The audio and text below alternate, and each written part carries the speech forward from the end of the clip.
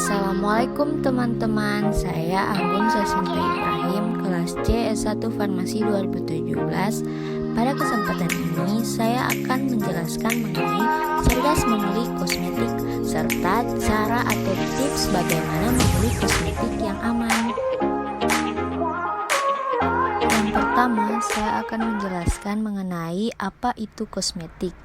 Jadi, menurut Peraturan Kepala Badan POM RI Nomor 19 Tahun 2015, kosmetik adalah bahan atau sediaan yang dimaksudkan untuk digunakan pada bagian tubuh luar manusia, seperti epidermis, rambut, kuku, bibir, dan organ genital bagian luar, ataupun gigi dan membran mukosa mulut, terutama untuk membersihkan, mewangikan, mengubah penampilan, dan atau memperbaiki bau badan atau melindungi, memelihara tubuh pada kondisi yang baik.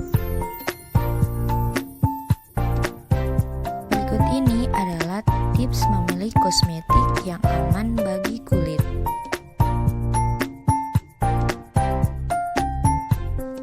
Lima hal yang perlu diperhatikan sebelum membeli kosmetik. Yang pertama, perhatikan kemasan produk kosmetik dengan seksama. Sebelum membeli produk kosmetik, sebaiknya kamu perhatikan kemasan produk dengan seksama.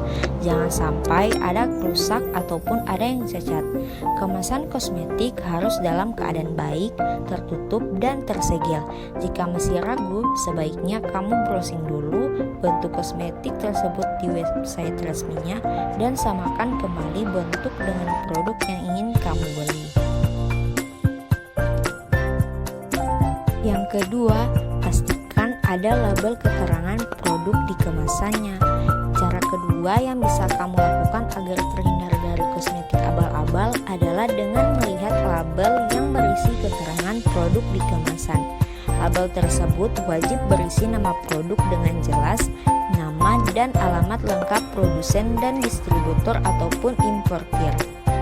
Yang ketiga, lihat izin edar dari Badan POM. Pastikan kalau produk yang kamu gunakan memiliki nomor registrasi BPOM. Nomor BPOM artinya produk tersebut sudah lolos uji dan dipastikan aman untuk digunakan. Nomor BPOM ini biasanya terletak di bagian belakang atau di bawah kemasan produk kosmetik.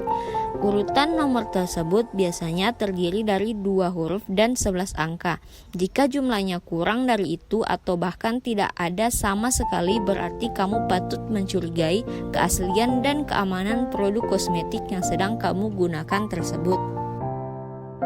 Yang keempat, lihat keterangan kegunaan dan cara pakai tertulis pada kemasan produk. Kosmetik yang asli dan baik digunakan juga perlu memuat cara penggunaannya di dalam kemasan.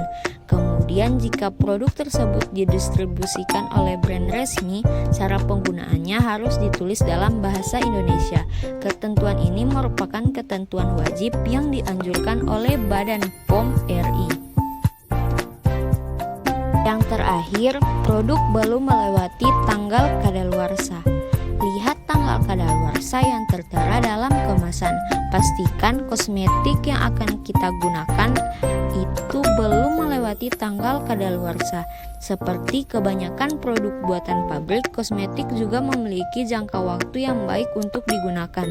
Jangan sembarangan menggunakan produk kosmetik tanpa tahu tanggal kadaluarsanya. Sebab jika kamu menggunakan produk kosmetik yang sudah lewat masa berlakunya, bisa menimbulkan berbagai permasalahan kulit seperti iritasi hingga peradangan.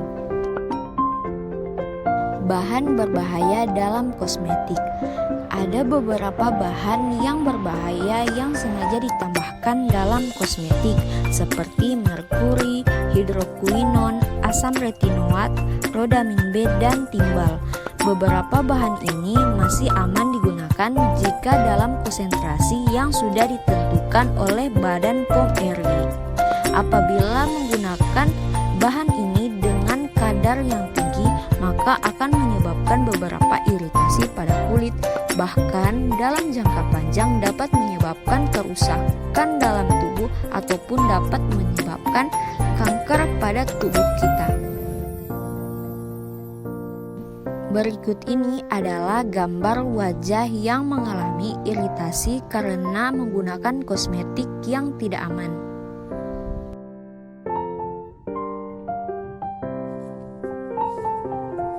Analisis bahan berbahaya kosmetik. Untuk mengetahui suatu kosmetik itu apakah mengandung bahan berbahaya atau tidak, maka perlu dilakukan analisis lebih lanjut. Analisis itu dapat dilakukan dengan dua cara. Yang pertama, analisis kuantitatif, dan yang kedua, analisis kualitatif. Analisis kuantitatif dapat dilakukan dengan menggunakan instrumen.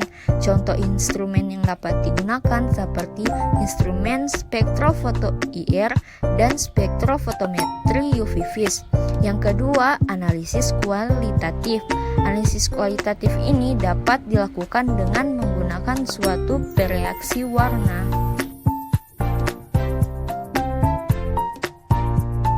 Sekian pemaparan materi dari saya, jadilah konsumen yang cerdas. Terima kasih. Wabillahi taufiq wal hidayah. Wassalamualaikum warahmatullahi wabarakatuh.